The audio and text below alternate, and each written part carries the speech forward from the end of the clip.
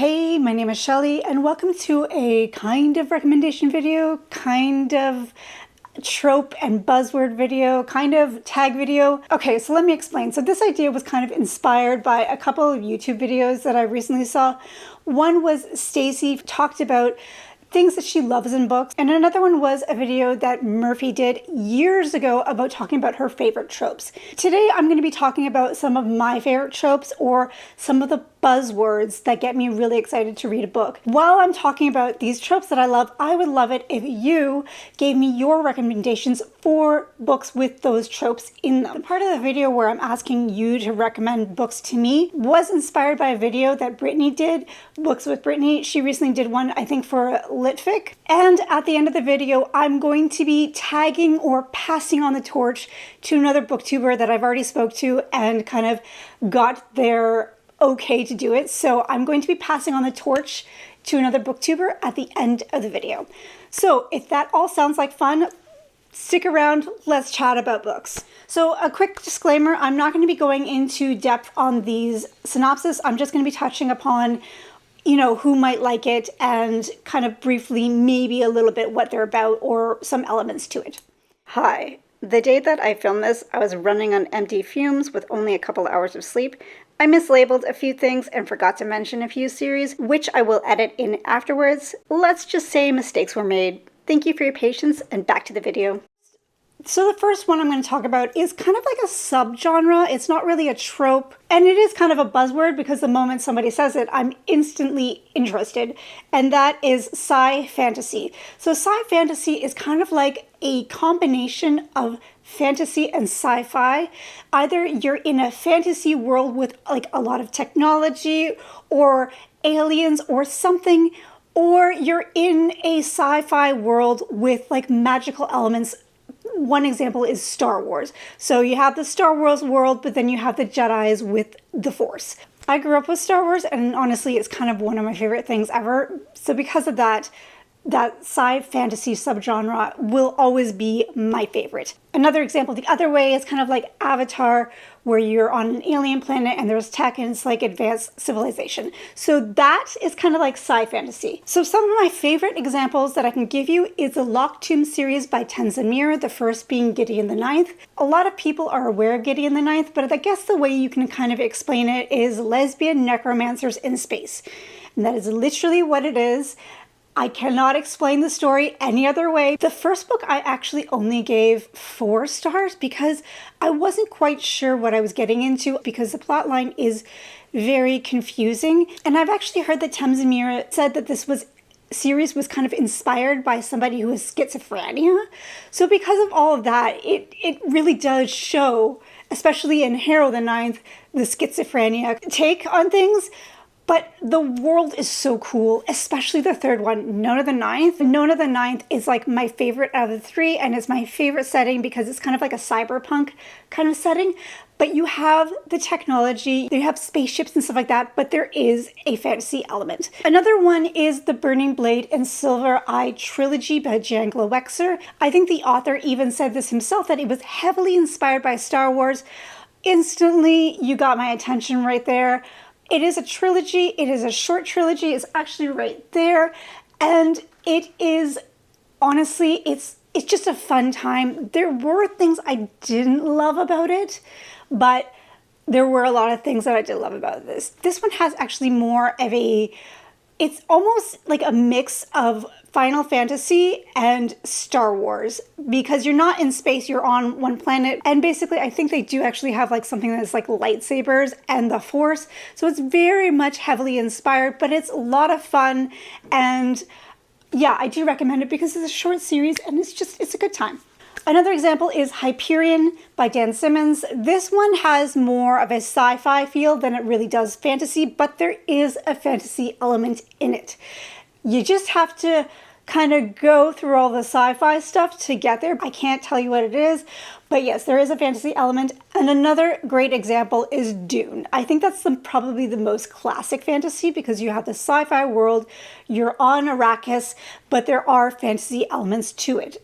So those are my examples of sci-fantasy. So the next buzzword or trope that I love, and like honestly, if someone says this to me, I'm like instantly ears perking, and that is ancient civilizations. And it's not that I'm looking for like historic fantasy. No, it's like there were an ancient civilization and they're gone now, and people are basically living on top of the ruins, much like Ashes of the Sun. My main examples of this one are Malazan by Stephen Erickson. I think everybody kind of knows about this one.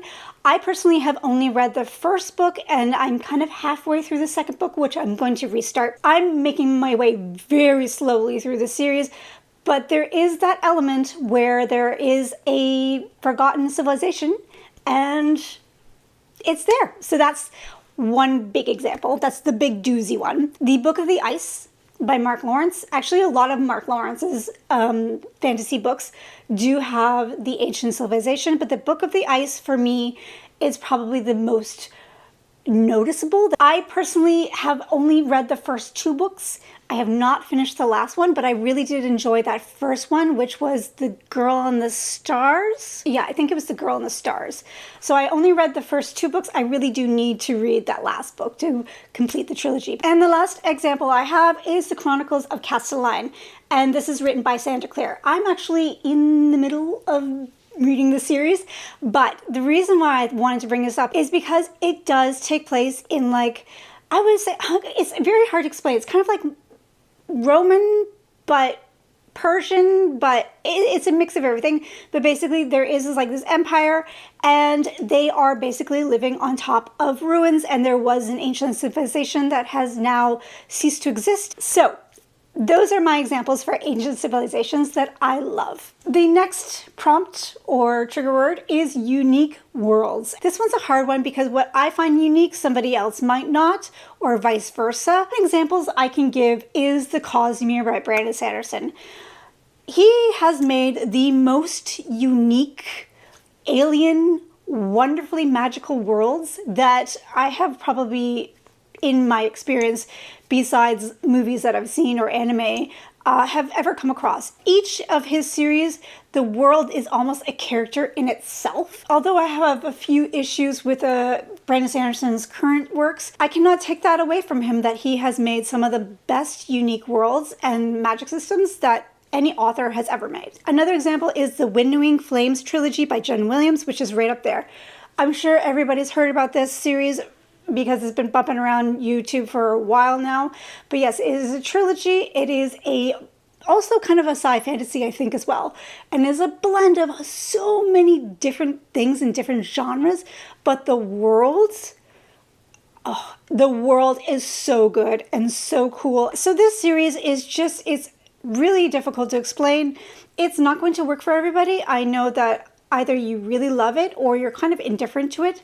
But I personally love it. It's one of my favorite series, and I really, really need Jen Williams to jump back into that world because I want to go back to that world and to be with those characters. And yeah. Another great example of awesome worlds is the War Art series by Wesley Chu. This is like a martial arts silk punk series, which is absolutely completely underrated. The reason why I think that this world is really awesome is because there are towns and villages that are like mechanical vehicles almost that connect to each other, and sometimes they can be broken off and they just kind of move around the land, and I thought that that was so cool. And another great example is the Celestial Kingdom series by Su Lin Tang. This is a YA series that is very heavily inspired by Chinese mythology. All of the descriptions and details are very dreamlike. The magic system is very unique. The next buzzword is desert or nautical. I know that they're like completely opposite, but are they? Like, think about it. They're both very extreme and very difficult to survive in. So we're gonna go with desert settings first. The first is the David Bode trilogy, one of my favorite series. It is the richest, most delicious desert setting I have come across in a really long time. I just devoured that trilogy. I have been searching for a series like that, not because it's a desert setting, but just the way that it's written. It's written like it's a romantic fantasy, but it's not a romantic fantasy. It's epic fantasy, but it's not an epic. It has so many different elements and it's done so perfectly, but the desert setting is one of the best parts of the book and probably one of my probably one of the reasons why I love it so much. Another example of desert setting is Obsidian Awakenings by Sienna Frost. This is a book that I just recently read. I finished this book like 2 weeks ago and was absolutely blown away by it. And it is set in a desert setting, and which is one of my favorite things about the book. I love it because of the political intrigue, the families, the character work, and the magic is not, there's not a lot of fantasy to it, but it is there. It's just not a big part of the story. So in one of my videos, I compared it to Game of Thrones, and it is very much like Game of Thrones, but in a desert setting. I forgot to mention The Stardust Thief by Chelsea Abdullah. This is the first book in the Sandsea trilogy. This is a gender-swapping Aladdin retelling, and I believe the sequel is coming out this spring. Okay, so now we're going to move to Nautical, and my favorite Nautical series, and probably my favorite series ever, is the Live Ship Trader trilogy by Robin Hobb. Do I even say any more than that? This series is just everything to me. I had the best time reading it, but the nautical setting is the big factor. I just want to go back and revisit that world. I've read the first trilogy and I was like midway through Tawny Man. I do need to go back to that. But the Live Ship Trader trilogy just kind of stands apart from it because of the nautical setting, because of the character work. And I really don't think I need to say any more than that. And the last nautical setting I have is the Winter Trilogy series by H.M. Long, the first being Darkwater Daughter, which is the only one I've read in the series, but the series will be complete by the end of the year. This is like a cold nautical setting. This is like you are in the Arctic or in Canada, which is fitting because I think H.M. Long is Canadian, so you gotta pull from what you know. The way that I explain Darkwater Daughter, it's like a cold Pirates of the Caribbean. So you have the pirates and sailing in bad weather. The storms are a huge part of it because we are following a character who is a storm singer. And basically that means that she can sing to storms. She can push them away or bring them to her depending on her song. So if you're looking for something that's like cold and stormy at sea, look no further. So the last setting buzzword is nomadic people or early humans, like early civilization of humans. I mentioned before, I love ancient civilizations. I also love following like early humanity, almost prehistoric settings. The big one that I can probably say is The Clan of the Cave Bear. This is an old book, like it's older than me. I actually read this book like years ago, probably when I was a teenager in high school. And it is about a young human that gets adopted by a Neanderthal tribe of people. And they basically raise her. The thing I love most about this is the cultural deep dive into their society, in the way that they do things, and also the setting as well. It is a bigger series, but I only read that first book, and I really did love it. The other one is The Legends of the First Empire by Michael J. Sullivan. So this is a probably very well-known series at this point, and it is following, I guess, humans probably in the like Bronze Age, and then kind of like taking steps to advance in civilization, and it grows from there. So yeah, that's another example of early humanity. Another one that I forgot is The Tiger and the Wolf by Adrian Tchaikovsky. This is the first book in the Echoes of the Fall trilogy. This is following a bunch of different tribes of different shapeshifters. This one has a North American Aboriginal feel to it. It also has another twist to it, and it's kind of a gender-defying blending kind of series. I will say that this series is not for everybody because the writing is very different. The next portion of this video is going to be talking about character tropes or character trigger words that just get me excited. The first one is morally gray characters or the anti-heroes.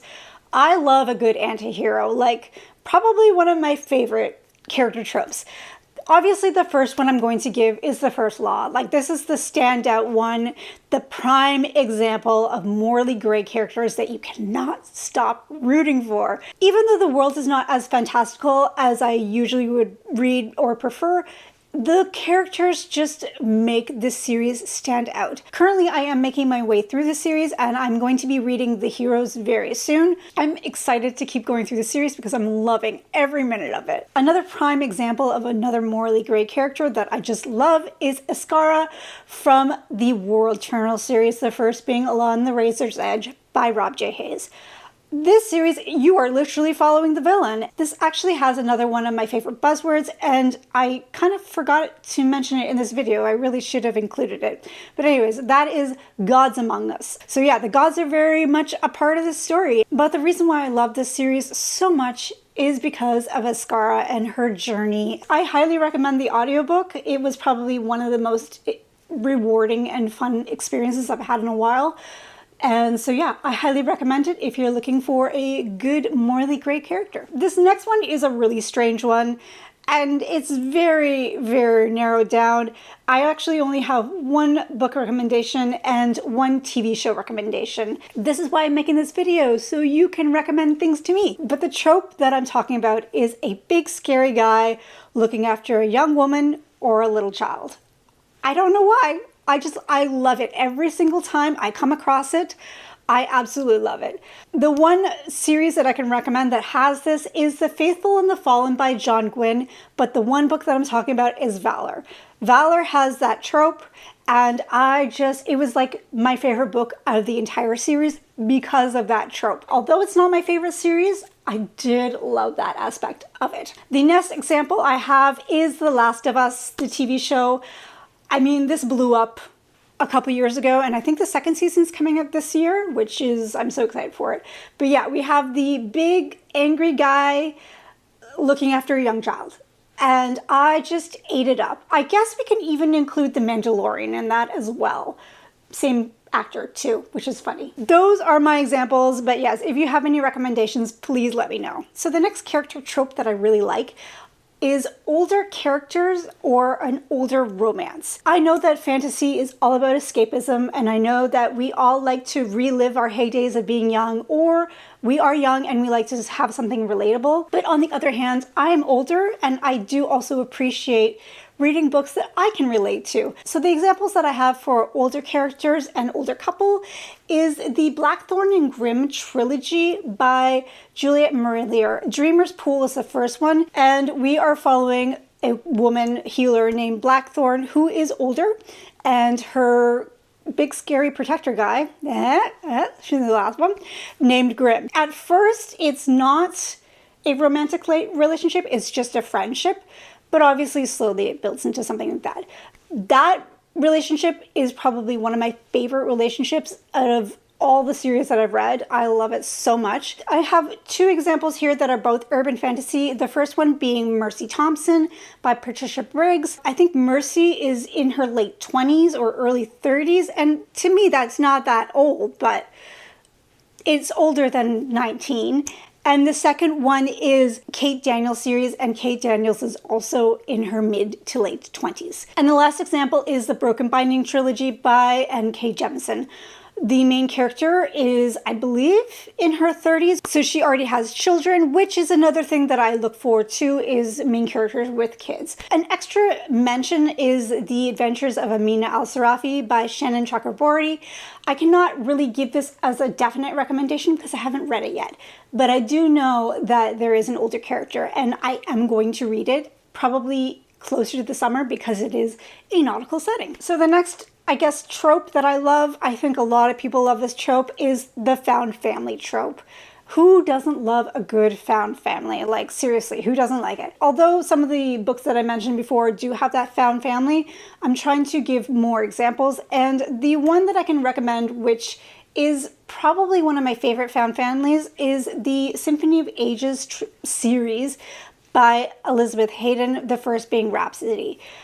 I have my issues with this series, but I cannot deny that the found family in this series is probably my favorite thing. The three characters in this, they develop the most, like, in-depth connected relationship I have read in a really long time. This is like a high fantasy series, and I'm talking like Wheel of Time high, like very in-depth, but it does have a lot of fantasy elements, and I think that's why it's not as popular, say, as like Wheel of Time. I am slowly making my way through the series, and I do hope to finish it one day.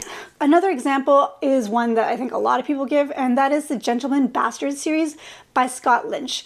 I've only read The Lies of Locke Lamora, and although I do love it, I don't think I like it as much as a lot of people do, but I cannot deny the fact that Scott Lynch has written some, like, the best examples of found family, in my opinion.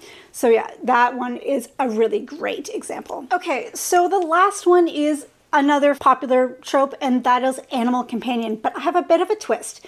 And my twist is it has to be a non-verbal or limited vocabulary. I'm not a big fan of like talking dragons or talking dogs or whatever. Like I want it like a Pikachu, you know, like somebody that's like there, they understand what you're saying, but they can't talk back to you. Kind of like real animals. I don't know why that is. I think I find it more endearing, but I really do love the nuance of having an animal not being able to speak, but yet still being able to communicate perfectly. When I wrote this down, I totally forgot that this one is a verbal one, but my example was The Realm of the Elderlings by Robin Hobb. The animal companion is a big part of the series, and sometimes they are verbal, but sometimes they're nonverbal. And so I love the nonverbal ones. And of course, I forgot the cutest animal companion, and that is Doomslug from Brandon Sanderson's Skyward series. I have only read the first Skyward book, but I do remember how adorable that little eyeless slug was, and I do plan to continue that series. And another animal companion that I did forget to mention is the Chroma Wolves from Threadlight by Zach Argyle. Although the Chroma Wolves aren't really a huge part of the series, they are awesome. So the last buzzword trope is kind of like a bonus because I actually haven't read that many with this. And this is going to be odd, bear with me, mushrooms. Fungus, like mushrooms, they have an underground network in the earth and they all connect to each other. And to me, that is incredibly fascinating. Like there's some weird stats about fungus and like the fact that it's like medicinal and poisonous and all these crazy things. They're like aliens basically. So because of that, I have a big interest in fungi. So I haven't actually read anything with a good, at least that I can remember, with a good example of like a fungi kind of world or a mushroom kind of world. But I do know that there are a few out there. So these examples I have not read. The first one being The Tainted Cup by Robert Jackson Bennett. Like I think the world is very inspired by mushrooms and fungus. Another example that I have seen floating around is Mushroom Blues by Aaron M. Gibson. I think this is actually like there's mushroom people in this one, which is incredibly curious to me. The only reason why I haven't checked this one out is because I heard it's more like a cop murder mystery kind of thing, which is not really my jam, but I am interested in the mushroom people. Obviously, another big example is The Last of Us. Like that is mushroom horror at its finest. If you haven't seen it, I do recommend checking it out because it's so good. Those are the examples that I have for mushrooms. So on to the last part of the video, I'm going to be passing the torch or tagging, however you want to say it, my friend Morgan from Booked Panda. I am passing this on to her so she can talk about her favorite tropes and then hopefully pass it on to other people. But if you are a content creator and you do want to do this tag video, recommendation video, please consider yourself tagged or I pass the torch on to you. We made it all the way to the end of the video. If you want to comment, but you don't have anything to say, you can leave a mushroom emoji. As always, thank you so much for watching and I hope you have a lovely day. Bye.